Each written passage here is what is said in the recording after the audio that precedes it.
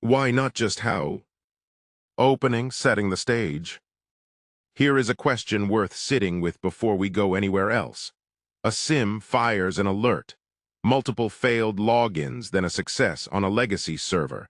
What is the first thing you actually want to know? Most people, even experienced analysts on a busy night, will answer with a technical question. What was the source IP? What account was targeted? Was the login successful? These are good questions. They are also on their own incomplete questions because they only tell you how something happened. They tell you nothing about why. And why is the question that changes everything downstream? Why turns a low-severity brute force alert into a critical incident? Why tells you whether the attacker wants to encrypt your files for ransom, sit quietly for 6 months collecting intelligence, or burn the whole environment down out of spite? Why tells you what they will do next, which is the one thing your SIEM cannot tell you no matter how well it is tuned. The technique is the trace left behind. The intent is the plan that produced the trace. If you only ever study the trace, you will always be one step behind, responding to what already happened instead of anticipating what is coming. This is the principle of intent. Security is not just about detecting how an attack happened. It is about understanding why it happened. And once you understand why, you can predict what happens next and prioritize your response around the objective rather than the mechanism. This session is about learning to ask that second question as instinctively as the first, and about building the discipline to answer it with evidence rather than guesswork. The foundation. What turns an event into an incident? To understand intent, we first need to be precise about vocabulary that people often use loosely. An event is simply something that happened on a system. A login, a file access, a process starting. Events happen constantly, thousands of them a second in any reasonably sized environment, and the overwhelming majority of them are utterly unremarkable. An alert is an event, or a pattern of events that has been flagged by a detection rule as worth a human's attention. Someone or something decided this event crossed a threshold of interest. 5 failed logins in a minute, a process spawning from an unusual parent, a connection to a rare external domain. An incident is something different again. An incident is an alert, or a cluster of alerts, that has been assessed and confirmed to represent a genuine security event requiring a coordinated response. Not every alert becomes an incident. Most don't. The vulnerability scanner triggers thousands of alerts a day, and essentially none of them are incidents, because the analyst who investigates them understands the intent behind the traffic. It is your own scanner, testing default credentials, doing exactly the job it is supposed to do. So what actually performs the conversion from alert to incident? It is not volume. It is not severity score alone. It is intent. An alert becomes an incident the moment you form a credible belief that a human or automated adversary intended harm and is pursuing an objective. This is the quiet, underappreciated engine sitting behind every triage decision a SOC ever makes. This connects directly to another piece of foundational vocabulary that gets flattened in casual conversation: the difference between a threat, a vulnerability, and a risk. A vulnerability is a weakness, an unpatched service, a default password, an overly permissive firewall rule. A threat is something that could exploit that weakness. And critically, a threat is not just a technique. A threat actor carries intent. This is why the same vulnerability, sitting on 2 different networks, represents wildly different risk. A default password on a home router is a vulnerability sitting in front of opportunistic threats with low-value intent, mostly automated bots trying to conscript it into a botnet. The identical default password sitting on a research server holding unpublished pharmaceutical trial data is a vulnerability sitting in front of a very different category of threat, one where the intent might be industrial espionage, and the impact calculus is not remotely comparable. Risk, remember, is the intersection of threat and vulnerability weighted by impact. Strip intent out of that equation, and you cannot meaningfully calculate risk at all. You are just counting open windows without asking who is walking the street outside. There is a third foundational thread here worth naming early, because it shows up again later in the session: social engineering. Social engineering is, at its core, the exploitation of human intent, or more precisely, the exploitation of a human's willingness to interpret a request charitably. A phishing email pretending to be from IT support works because it exploits the target's intent to be helpful and compliant. A vishing call pretending to be a stressed executive who needs an urgent password reset works because it exploits the target's intent to avoid seeming unhelpful to someone senior. Every social engineering attack is a study in weaponized intent, both the attacker's intent to deceive and the victim's benign intent being turned against them. We will return to this later, because it is one of the clearest places where intent-based thinking has direct, practical value. The structural tension, depth of investigation versus speed of response. Every mental model worth teaching has a tension sitting at its center, and the tension inside the principle of intent is a genuinely uncomfortable one. The deeper you investigate intent, the slower you respond, and the slower you respond, the more damage an active adversary can do while you are busy figuring out what they want. This is not a hypothetical tension. It is the exact trade-off a SOC analyst faces every single time a moderately ambiguous alert crosses their queue. Do you contain immediately based on the technique alone, block the IP, kill the session, reset the account? Or do you pause to build a fuller picture of what the attacker is actually after, so that your containment action addresses the real threat rather than just the visible symptom? Both extremes fail. If you always act immediately on technique alone, you will contain the visible attack while missing the real one. Recall the earlier reference to a brute force attempt being used as a distraction. If your only response to multiple failed logins is to block the source IP and close the ticket, you have solved a problem the attacker was happy to let you solve, while the actual exfiltration, the thing they intended all along, continues uninterrupted through a completely different channel. You optimized for speed and lost the game. But if you always investigate deeply before acting, you introduce dwell time. Every minute spent enriching an alert, pulling logs, correlating with HR travel records, and building an intent hypothesis is a minute an active adversary, if this is real, retains freedom of movement inside your network. Attackers are not patient out of courtesy. The ones with genuine harmful intent are often moving fast specifically because they know detection windows are narrow. The resolution to this tension is not to pick a side. It is to run parallel tracks, which is a phrase you will hear again in the troubleshooting section.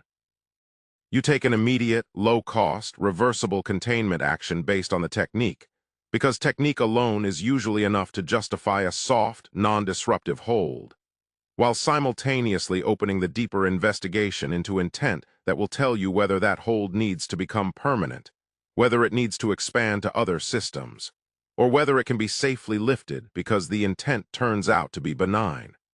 Speed handles the immediate exposure. Depth handles the correct, well-targeted response. Neither one is optional, and neither one is sufficient alone. The architectural philosophy, building intent into the detection layer. If the CIA triad shapes access control models, and zero trust shapes network architecture, the principle of intent shapes something more specific: how you design your detection and triage pipeline itself. An organization that has never internalized this principle builds a detection stack that is purely technique-oriented. Rules fire on signatures. A certain sequence of system calls, a certain command line pattern, a certain volume of failed logins. This is necessary, but it is architecturally shallow because it treats every instance of a technique as equivalent regardless of who is behind it or what they are trying to achieve. An organization that has internalized the principle of intent builds what is sometimes called contextual or behavioral detection on top of the signature layer. The architecture adds enrichment stages whose entire purpose is to answer the why question before the alert ever reaches a human. This is where MITRE ATT&CK becomes architecturally central, not just as a reference chart on a wall, but as a mapping layer inside the pipeline itself. ATT&CK links how the specific technique observed to why by categorizing techniques according to the tactical objective they typically serve. A technique tagged under exfiltration tells a fundamentally different story than the same underlying tool used for persistence. When your detection pipeline tags alerts with their likely attack tactic automatically, you have architecturally embedded a first-pass intent signal into every alert before an analyst even opens it. This is also where threat intelligence platforms earn their architectural placement, not as a bolt-on feed, but as an actor profiling layer. A mature architecture doesn't just ask, does this IP appear on a block list? It asks, what do we know about the historical intent and typical objectives of actors associated with this infrastructure? An IP tied to a group with a documented pattern of financially motivated ransomware deployment tells you to prioritize differently than the same IP tied to a group with a documented pattern of long-dwell espionage. The architecture is deliberately designed to pull that context forward into the alert itself, rather than leaving it for an analyst to discover 40 minutes into a manual investigation. And this is where honeypots take on a role beyond simple early warning. A honeypot's real architectural value in an intent-aware design is that it gives you a clean, unambiguous window into attacker behavior with zero legitimate user noise to filter out. Because nobody legitimate should ever touch a honeypot, everything it observes is pure signal about what an attacker actually does when given free rein.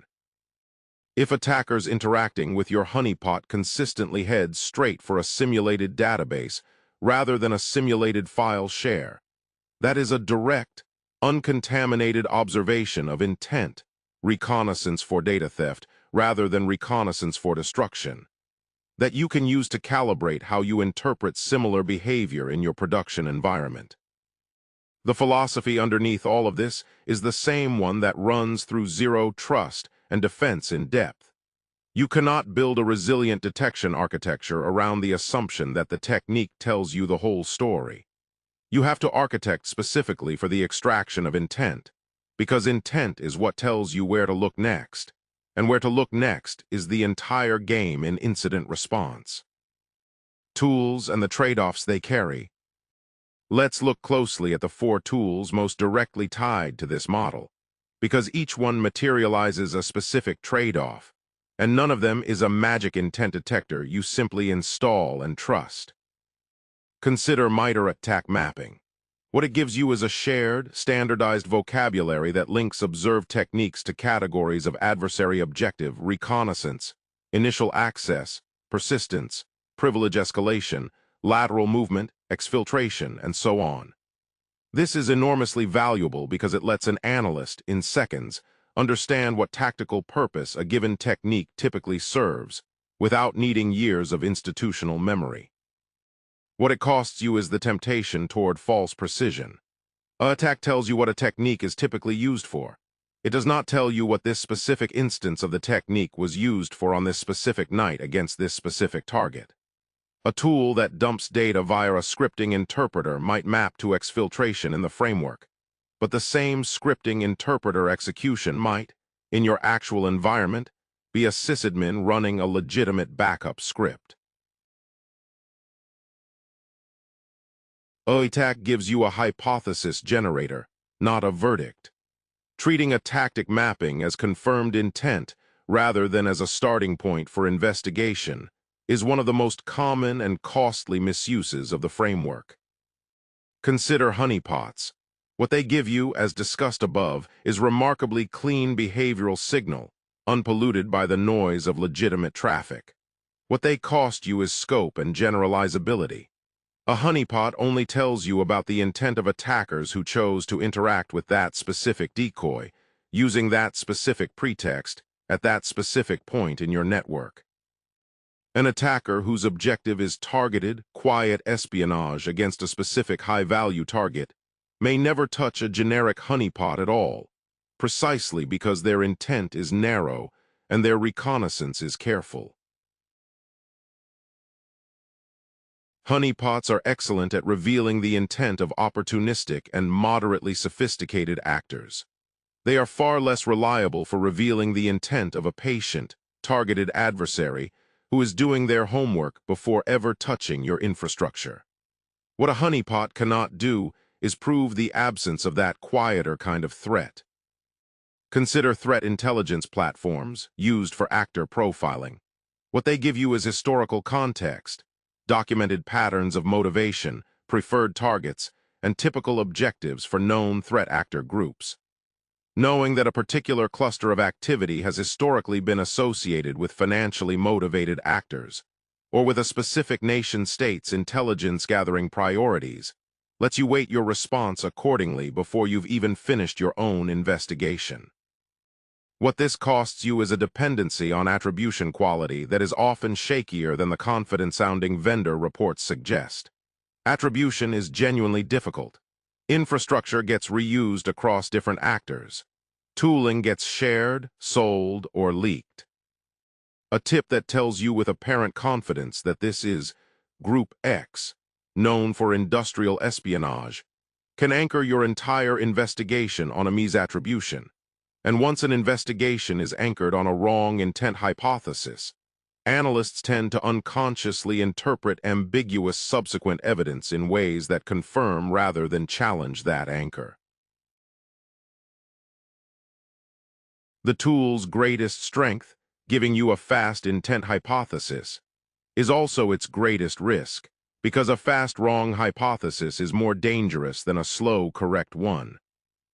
Consider SIEM contextual alerting, specifically the behavioral analysis layer that distinguishes a scanning script from a manual, hands-on keyboard intrusion.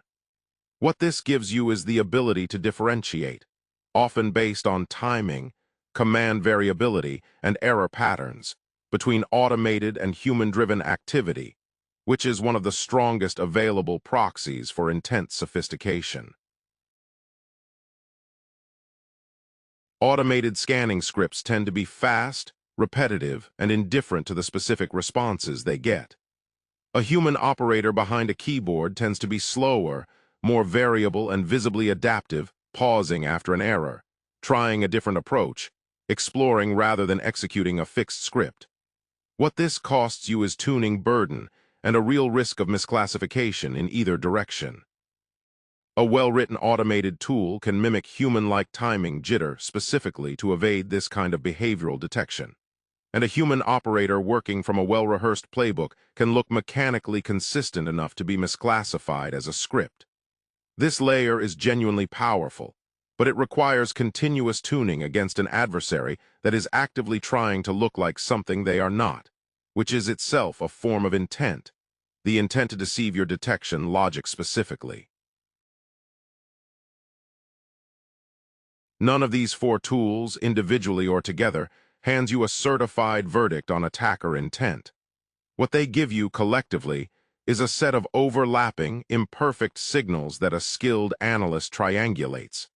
That triangulation, not any single tool, is where real intent assessment lives. Implementation depth, building the investigation into the playbook. Let's take this from concept into something you would actually have to build. Suppose you are asked to design the investigative logic inside an incident response capability. Not the whole IR program, but specifically the part that determines how deeply an analyst investigates intent before an incident gets escalated or closed. The naive version of this playbook has two branches. Technique matches a known bad pattern, escalate. Technique does not match, close. This is fast, and it is exactly the version that gets exploited by an attacker using a loud, obvious technique as a distraction for a quiet one, because the playbook has no mechanism for asking what else might be happening.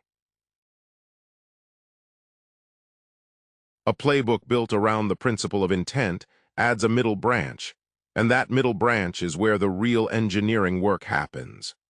When an alert fires, the first question the playbook forces the analyst to answer is not, "Is this malicious?" but "What would the attacker need to be true for this activity to make sense as a step towards some objective?" For the brute force against admiracle scenario, this means explicitly asking, if this is a real attacker, what are they actually trying to reach through this account? The answer, that admiracle sits in front of a legacy database holding proprietary formulas, is not something a signature-based rule can surface on its own. It requires the playbook to include an explicit step that maps the targeted asset to its business value and its data sensitivity classification, every single time, regardless of how routine the technique looks. This is where a colleague reviewing your playbook design would reasonably push back. Doesn't this just slow every single alert down, defeating the parallel track approach discussed earlier? The answer is that the asset value lookup should be automated and nearly instantaneous, a query against your asset inventory and data classification system, not a manual research task. The playbook is not asking the analyst to spend 20 minutes pondering philosophy. It is asking the pipeline to automatically attach one crucial piece of context. What does this target actually hold? To every alert before a human ever sees it, so that a technically low-severity, brute force attempt against a system holding your most valuable trade secrets is never allowed to sit at the same priority as an identical brute force attempt against a decommissioned test server. The second implementation layer worth walking through is specific to ransomware playbooks, because ransomware is a case where intent is unusually legible early if you're set up to see it. A ransomware playbook built around technique alone treats file encryption activity detected as the trigger and responds with containment. Isolate the host, stop the encryption process. A playbook built around intent adds a parallel branch the moment encryption activity is detected, because the financially motivated intent behind ransomware almost always implies a predictable prior sequence. Data staging and exfiltration frequently precede encryption, because modern ransomware operators steal data before they encrypt it, specifically so they can threaten publication as additional leverage. If your playbook only reacts to the encryption event, you contain the visible symptom, the intent's final, loudest stage, while the earlier exfiltration, which already achieved a significant part of the attacker's objective, goes uninvestigated.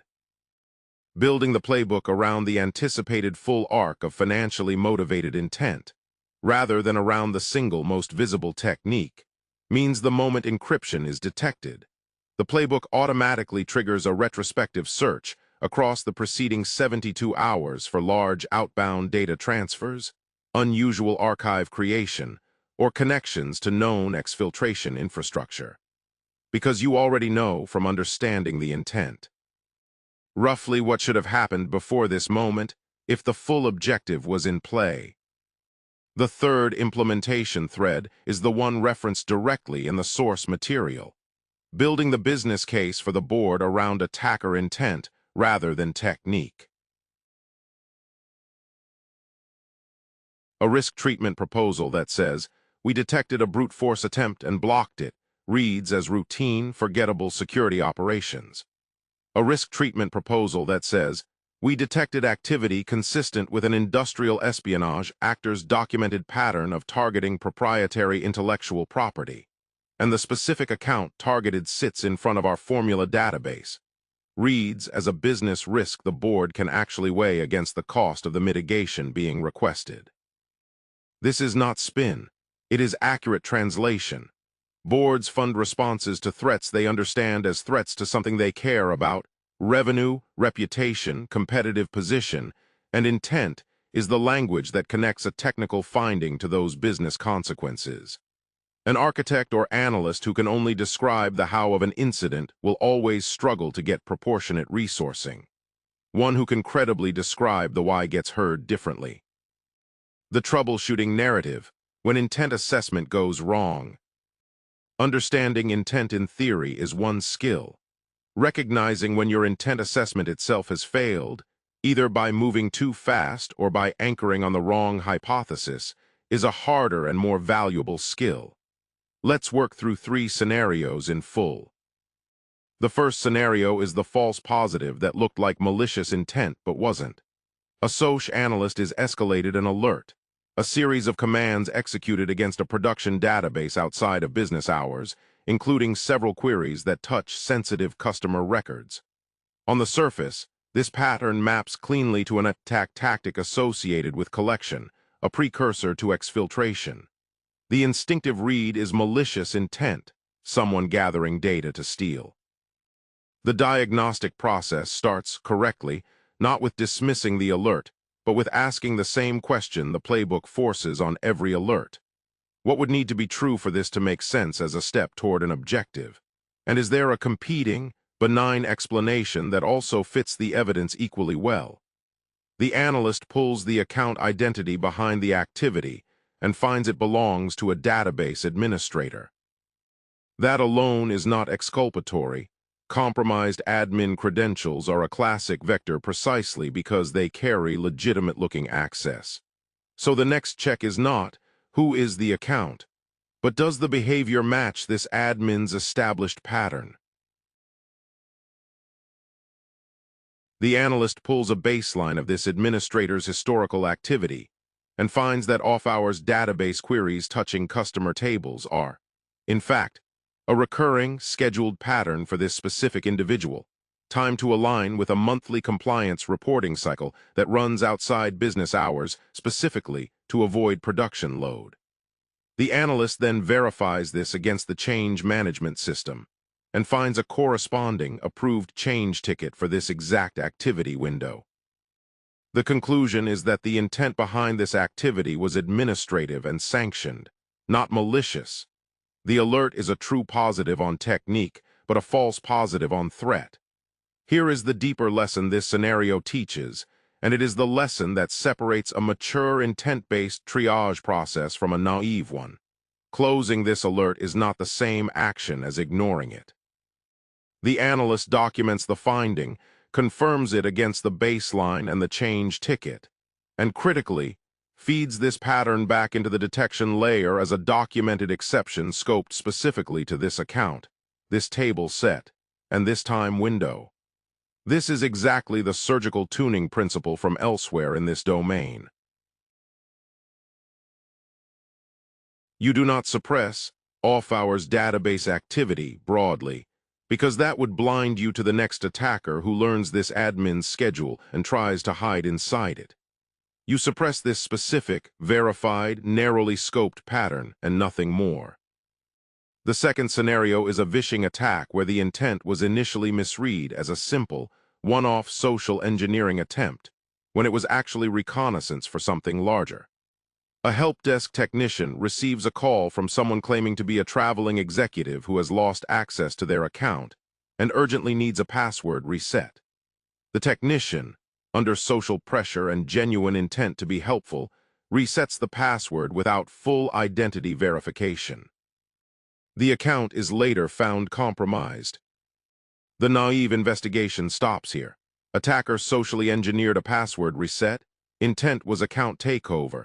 Fix is stronger help desk verification procedures. This is true, but it treats the vishing call as the whole story rather than as one visible technique inside a larger unknown intent. The deeper investigation asks the harder question: why this account specifically and why now? The analyst reviews what this particular account actually has access to and discovers it is not a high-privilege account at all. It is a fairly ordinary marketing employee's account with no unusual access. This is where the intent question becomes genuinely productive, because a sophisticated attacker rarely spends social engineering effort on a low-value target without a reason.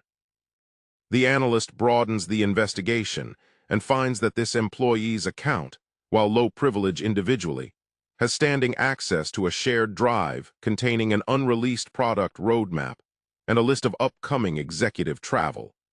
Information whose value is not in direct system access, but in enabling a more convincing, better-timed attack against a higher-value target later. The phishing call was not the attack. It was reconnaissance enabling access, one early step in a longer intended sequence, and the fix that addresses only the help desk verification gap without recognizing the broader intent, likely a longer campaign against a specific higher-value target using the harvested travel and roadmap information, leaves the organization blind to the second, more consequential act this attacker is actually building toward. The third scenario involves a legal hold that failed, and it is included here specifically because it shows intent analysis applied to something other than an external attacker. It shows it applied to an internal actor whose stated intent and actual behavior diverged. A legal hold notice is issued on a former employee's mailbox and file access pending litigation. Weeks later, it is discovered that a substantial number of files relevant to the hold were deleted after the hold notice went out, and the employee who deleted them claims ignorance of the hold, stating they were simply performing routine cleanup of old project files as part of their normal offboarding responsibilities before departure. The investigation here cannot simply accept the stated intent at face value, nor can it simply assume malice. The diagnostic path runs through the evidence available about actual intent versus claimed intent. First, the analyst checks whether the hold notice was actually delivered and acknowledged. Was there a documented, time-stamped confirmation that this specific employee received and read the notice? Or did the notification process fail somewhere upstream, in which case ignorance may be entirely genuine, and the failure is a governance and notification process gap rather than an intent problem at all? In this case, the records show the hold notice was sent, but never explicitly acknowledged, because the notification process relied on a read receipt that the employee's mail client did not generate. Second, the analyst examines the pattern of the deletions themselves for evidence of intent.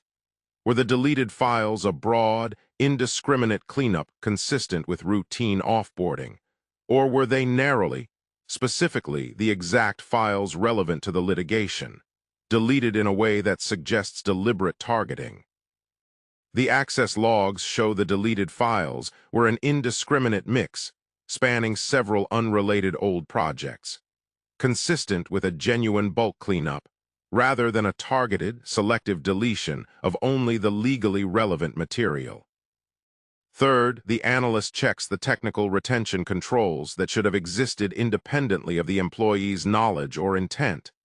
Was there a technical hold mechanism, separate from a notification email, that should have prevented deletion regardless of what the employee believed, and finds that no such technical control existed, meaning the entire hold rested on human compliance with a notice that was never confirmed as received? The conclusion this diagnostic process reaches is important precisely because it is not the conclusion a purely accusatory investigation would have jumped to. The evidence is consistent with the employee's stated benign intent, not with deliberate spoliation, and the actual failure is a governance and technical control gap. The organization relied entirely on notification and voluntary compliance for something that should have had an enforced technical hold, such as retention locking the relevant files at the storage layer the moment litigation was reasonably anticipated. The fix is not disciplinary action against an employee whose intent was, on the evidence, genuinely benign. The fix is implementing a technical legal hold mechanism that removes intent from the equation entirely for future cases, because a control that depends on everyone correctly understanding and complying with a notice is a control that has quietly outsourced its enforcement to hope. Across all three scenarios, The pattern is the same. Investigating intent is not about finding the story that confirms your first instinct. It is about deliberately constructing and testing the competing explanations, malicious versus benign, isolated versus part of something larger, deliberate versus accidental, until the evidence clearly favors one over the others, and then feeding what you learned back into the systems and processes that will face the next ambiguous case. The role-based lens, how different roles encounter intent. The principle of intent does not show up the same way for everyone. Let's walk through 3 roles and the genuinely different moment each one experiences it in.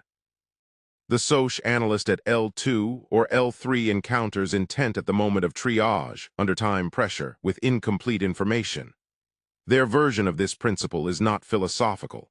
It is operational and immediate. Does this specific alert, right now, warrant the soft containment action that buys investigation time, or is it clearly benign enough to close without escalating?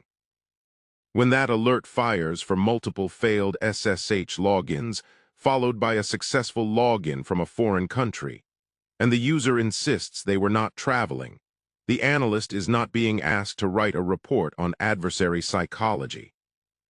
They are being asked to make a fast, defensible judgment call about intent using whatever signal is available in the next few minutes. Was the SSH key used one that's registered to this user's known devices?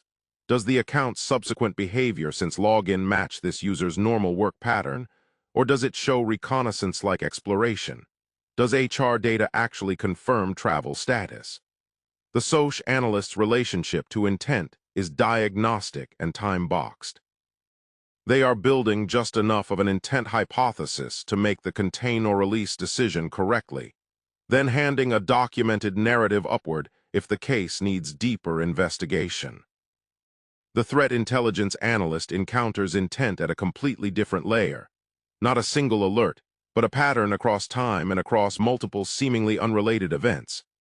Their job is campaign tracking, recognizing that a cluster of activity spread across weeks, touching different systems, using different specific techniques, nonetheless reflects a single coherent, sustained intent belonging to one actor or group pursuing one objective. This requires clustering, not triage. The threat intelligence analyst is not asking, is this one event malicious? They are asking, does this event, considered alongside 15 other events from the past month, reveal a shape, a consistent target profile, a consistent objective, a consistent operational tempo? That tells us we are looking at one persistent adversary rather than 15 unrelated incidents. Their tools reflect this. They lean on the diamond model of intrusion analysis, specifically because it forces intent to be assessed alongside capability and infrastructure, cross-verifying each dimension against the others, so that a single coincidental overlap in infrastructure doesn't get overinterpreted as evidence of a unified campaign, when it might just be shared, commodity infrastructure that many unrelated actors happen to use. The threat intelligence analyst's relationship to intent is strategic and retrospective, built from patient correlation rather than urgent judgment calls. The security awareness manager encounters intent in a place that might not immediately seem connected to the same principle at all: training design and human noncompliance. When a department head refuses mandatory security awareness training and dismisses it as irrelevant, a shallow response treats this purely as a compliance problem to be escalated up the management chain. A response grounded in the principle of intent asks the same diagnostic question this whole model has been building toward. What is this person's actual intent behind the refusal, and is the assumption of pure defiance even correct? Perhaps the intent is not resistance to security at all, but frustration with training content the department head genuinely believes is irrelevant to their team's actual daily risk exposure. A reasonable, if poorly expressed, critique rather than an act of deliberate noncompliance. Uncovering that distinction changes the correct response entirely. If the intent is genuine irrelevance, The fix is tailoring training content to the department's actual risk profile, which resolves the underlying friction and likely prevents the same objection recurring elsewhere. If the intent, after genuine investigation, really is dismissiveness toward security as a discipline, the response correctly shifts toward a different conversation about accountability. The security awareness manager's relationship to intent is interpersonal and preventative, reading the actual motivation behind human resistance so that the fix addresses the real cause rather than punishing a symptom. 3 roles, 3 different time horizons, 3 different kinds of evidence, and the same underlying discipline running through all of them. Do not let the visible action stand in for the actual objective. Go one layer deeper before you decide what it means. Case scenario, the distraction that almost worked. Let's bring every layer of this together in a single scenario with real stakes. You are the on-call SOC analyst for a mid-sized specialty chemicals manufacturer. It is 11:40 p.m. on a Thursday. Your SIEM fires an alert automatically tagged low severity by the correlation rule. Repeated failed login attempts against an account named Admin Oracle on a legacy database server that engineering has been meaning to decommission for 2 years, but hasn't gotten around to.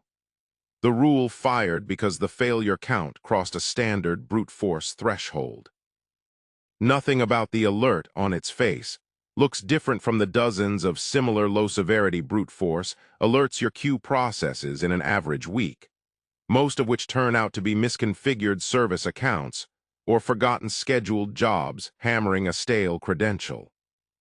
The naive path here is well-worn and defensible on paper.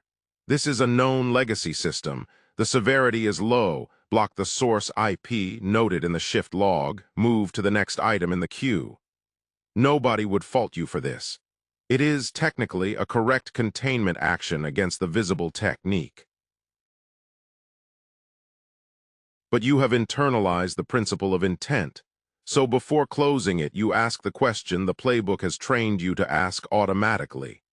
What would this account need to be worth for someone to be trying this hard to get into it? And does the answer change how I should treat this alert? You check the asset inventory. Admin Oracle sits in front of a legacy database that, despite its neglected infrastructure status, still holds the company's proprietary chemical formulas. The actual intellectual property the entire business is built on, never migrated off this old system because the migration project stalled 2 years ago. That single piece of context changes everything, because it tells you the potential objective behind this technique is not commodity credential stuffing.